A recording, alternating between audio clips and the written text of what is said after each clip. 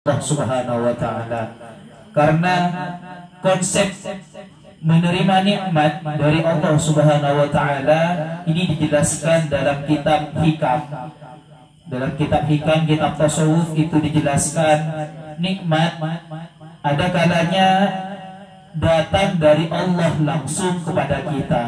Salah satu contoh nikmat sehat yang diberikan Allah kepada kita, maka cara kita mensyukurinya cukup dengan mengucapkan Alhamdulillahirabbil alamin, dan di dalam hati kita tanamkan bahwasanya semua ini adalah pemberian dari Allah Subhanahu wa taala.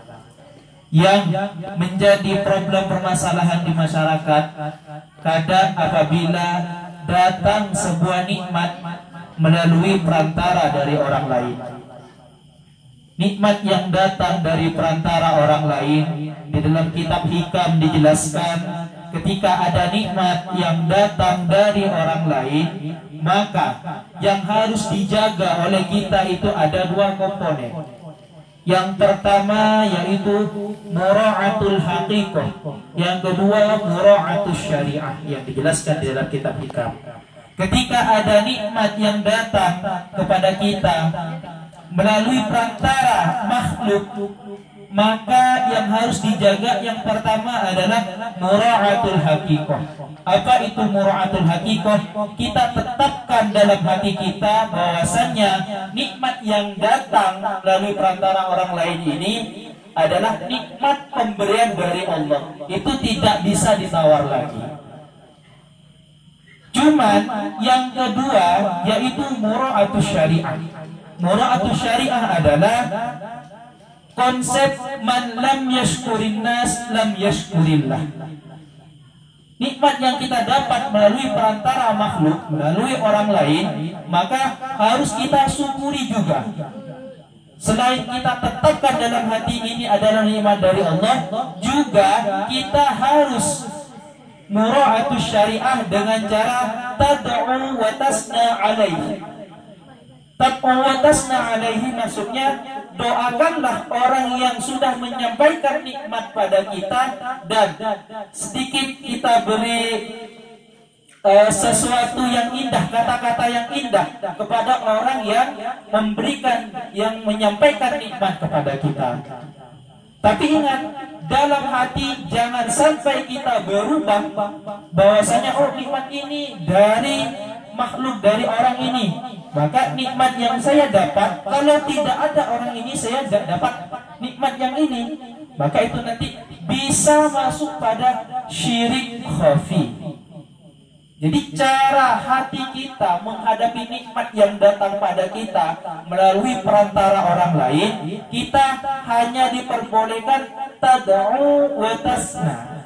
Tad'u itu doakanlah orang yang sudah menyampaikan nikmat pada kita, wa tasna, dan berilah kata-kata yang indah sedikit pada orang yang sudah menyampaikan nikmat kepada kita. Karena sesungguhnya orang yang menyampaikan nikmat pada kita ini hanyalah makhurun wa majburun, hanya orang yang dipaksa oleh Allah untuk menyampaikan nikmat yang diberikan oleh Allah kepada kita melalui orang lain. Jadi jangan sampai merubah hati kita, jangan sampai ada perkataan kalau tidak ada orang ini maka nikmat ini tidak akan sampai pada saya. Itu nanti bisa masuk pada syirik khafi. Apalagi dengan mengatakan oh, orang ini ternyata yang memberi nikmat pada saya, tanpa mengiming-imingi di dalam hati ini pemberian Allah. Hanya mengatakan oh ternyata orang ini yang memberi nikmat pada saya, maka itu syirik jali, jelas kekafirannya. Itu yang ditakutkan oleh para ulama-ulama tasawuf dalam cara manusia menghadapi nikmat yang sampai pada manusia sendiri melalui orang lain. Salawat dan salam semoga selalu kita haturkan pada Nabi Muhammad SAW. Dengan kita menyampaikan salawat dan salam pada Nabi Muhammad, kita mengharapkan salawat dan rahmat yang melimpah yang berada pada Nabi Muhammad melimpah pada kita.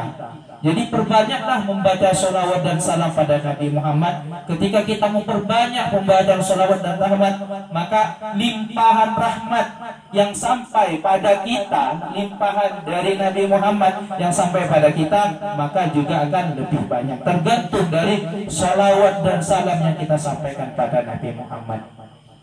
Alhamdulillah, pada malam hari ini kita berada di acara Lailatul Ijtima' Nahdlatul Ulama. Saya sendiri alumni pondok pesantren yang sangat kental dengan amaliyah Nahdlatul Ulama dari pondok pesantren Mambar Ulum Bata-Bata Pamekasan. Pernah saya berbicara tentang Nahdlatul Ulama, berbicara tentang foto yang ada di depan para masyayikh, salah satunya Hadratus Syekh Ki Haji Hasyim Asy'ari. Saya sudah pernah ziarah ke makamnya 2 kali, alhamdulillah, ke makam Ki Hadratus Syekh Ki Haji Hasyim Asy'ari. Beliau pernah bahkan banyak mengarang kitab-kitab yang berbahasa Arab. Bahkan kami di pondok pesantren itu juga belajar tentang kitab-kitab yang dikarang oleh ulama Nusantara, salah satunya Ki Haji Hasyim Asy'ari.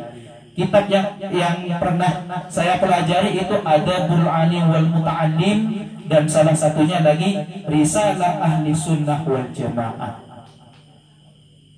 Di sini tentang masalah kitab Risalah Ahli Sunnah wal Jamaah, saya pernah belajar tentang kitab ini. Ternyata di dalam kitab Risalah Ahli Sunnah wal Jamaah, Hadratus Syekh Ki Haji Hasyim Asy'ari menyampaikan, dulunya di tanah Jawa, khususnya di tanah Jawa, secara umum di Indonesia, madhab itu hanya satu. Sebelum tahun 1330 Hijriah, madhab yang kita pakai di Indonesia itu hanya satu. Kalau dalam masalah fikih itu madhab Syafi'i. Kalau dalam masalah tasawuf itu adalah madhab Imam Ghazali dan Imam Junaidi. Dalam kitab tauhid itu adalah Imam Asy'ari. Tapi kata beliau di dalam kitabnya, setelah tahun 1330 Hijriah, banyak golongan-golongan yang datang ke Indonesia untuk memecah belah. Banyak golongan-golongan, amalia-amalia, logika-logika atau pendapat-pendapat yang ingin menghancurkan amalia-amalia yang sudah diamalkan turun-temurun oleh Nusantara. Dari itu, beliau Hadratus Syekh Ki Haji Hasyim Asy'ari mendirikan salah satu organisasi yang memang terbesar bukan hanya di Indonesia, bahkan di dunia, yaitu Nahdlatul Ulama.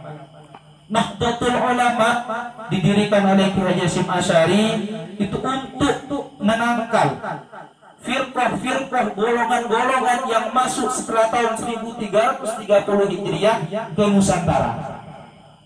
Salah satu firqah yang memang golongan yang memang berbahaya, dalam kitabnya beliau memaparkan golongan-golongan yang berbahaya adalah golongan yang tidak memperbolehkan ziarah kubur, golongan yang tidak memperbolehkan mengambil barokah dari ulama, golongan yang tidak memperbolehkan amalan-amalan yang memang tidak ada landasan Quran hadis.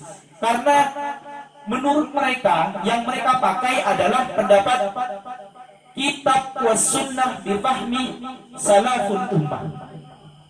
Itulah pendapat atau golongan yang melarang adanya ziarah kubur, adanya mengambil barokah. Mereka berpendapat menggunakan dalil, menggunakan qawaid yang mereka pakai adalah kitab was sunnah bifahmi salafil ummah. Quran dan hadis dengan pemahaman salafil ummah. Bagaimana salaful Quran dan hadis pemahaman salafil ummah? Jadi mereka tidak mau memakai pendapat Imam Syafi'i yang sudah turun-temurun kita pakai. Bahkan golongan ini tidak ingin memakai pendapat-pendapat Imam Asy'ari yang mereka mengatakan kafir. Padahal kita sebagai amaliyah Nahdlatul Ulama Nusantara, kita sangat kental dengan amalia-amalia yang sudah tertanam selama turun-temurun. Tapi dengan adanya golongan ini menurut Ki Haji Hasyim Asy'ari, maka kita harus tegakkan, kita harus mendirikan Nahdlatul Ulama yang sangat kuat dalam menjaga tauhid dan juga amalia-amalia warga NU dan Nusantara. Itu sangat riskan. Saya juga pernah di pondok itu, saya diperintahkan oleh guru saya, diperintahkan untuk menulis satu buku yang menangkal pemikiran salah satu golongan yang mengatakan tidak boleh mengambil barokah dari para ulama. Saya pernah diperintahkan oleh guru saya untuk menangkal pemahaman yang seperti itu. Logikanya bagus. Bagaimana logikanya? Ada satu sahabat, yaitu Ummu Sulaim mengambil barokah dengan cara mengambil keringat Nabi Muhammad dan dicampur dengan minyak wanginya. Itu dijadikan barokah untuk anak-anak Ummu Sulaim. Juga banyak hadis-hadis merangkat ada sahabat-sahabat yang ngambil barokah dari rambut Nabi, dari darah Nabi. Cuman dari golongan-golongan yang tidak memperbolehkan adanya barokah, golongan ini mengatakan itu hanya fi'lul khos pada Nabi, tidak boleh dilakukan oleh umat setelah Nabi. Itu hanya fi'lul khos pada Nabi, kata golongan yang tidak memperbolehkan barokah, karena itu kan dalil barokah. Untuk kita itu dalil barokah. Ada Ummu Sulaim yang mengambil keringat Nabi untuk dijadikan, untuk mengharapkan barokah dari Nabi. Ada sahabat yang mengambil rambut, mengambil darah untuk mengambil barokah dari Nabi. Tapi dari golongan-golongan yang tidak memperbolehkan mengambil barokah, mereka melogikakan itu fi'lul khos pada Nabi, tidak boleh digunakan oleh umat setelah Nabi. Itu perang logika yang ada di atas. Perang logika yang ada di atas. Jadi kita yang ada di bawah seperti ini, kita hanya mengamalkan apa yang sudah dititahkan oleh para masyayikh. Tapi di atas itu perang logika seperti ini. Jadi kita menjawabnya itu juga harus dengan kepintaran, dengan usul fiqh. Kita harus baca kitab Ar-Risalahnya Imam Syafi'i. Kita harus baca kitab Risalah Ahlussunnah wal Jamaahnya Syekh Haji Hasyim Asy'ari. Kita harus membaca usul fiqh Al-Wajiz, semuanya. Kalau perang logika di atas seperti itu, untuk menangkal fi'lul khos yang katanya tidak boleh mengambil barokah dari Nabi. Itu hanya fi'lul khos, itu hanya khusus pada Nabi. Kalau ke bawah itu tidak boleh. Contohnya warga NU sekarang ini ketika ada sisa minuman dari kiai direbut untuk diharapkan barokah, itu kafir menurut mereka. Jadi kita harus bisa menolak pemikiran seperti itu dengan kemampuan pembelajaran yang kita dapat memang dari pondok-pondok pesantren yang memang kukuh mempelajari kitab-kitab salaf. Itu di atas. Perang logika di atas. Banyak, bahkan kalau di Jawa itu ada istilahnya Panglima Nahdlatul Ulama. Salah satu contoh pendekar Nahdlatul Ulama, saya sebutkan salah satu contoh, Ki Haji Idrus Ramli. Itu Panglima Nahdlatul Ulama karena memang kuat akidahnya, usulnya dalam menangkal pemikiran-pemikiran yang tidak yang menolak pemikiran-pemikiran yang ada di Nahdlatul Ulama. Sedangkan kita yang ada di sini, kita juga harus siap-siap. Kita juga harus siap-siap menangkal pemikiran-pemikiran yang memang akan menyerang kita.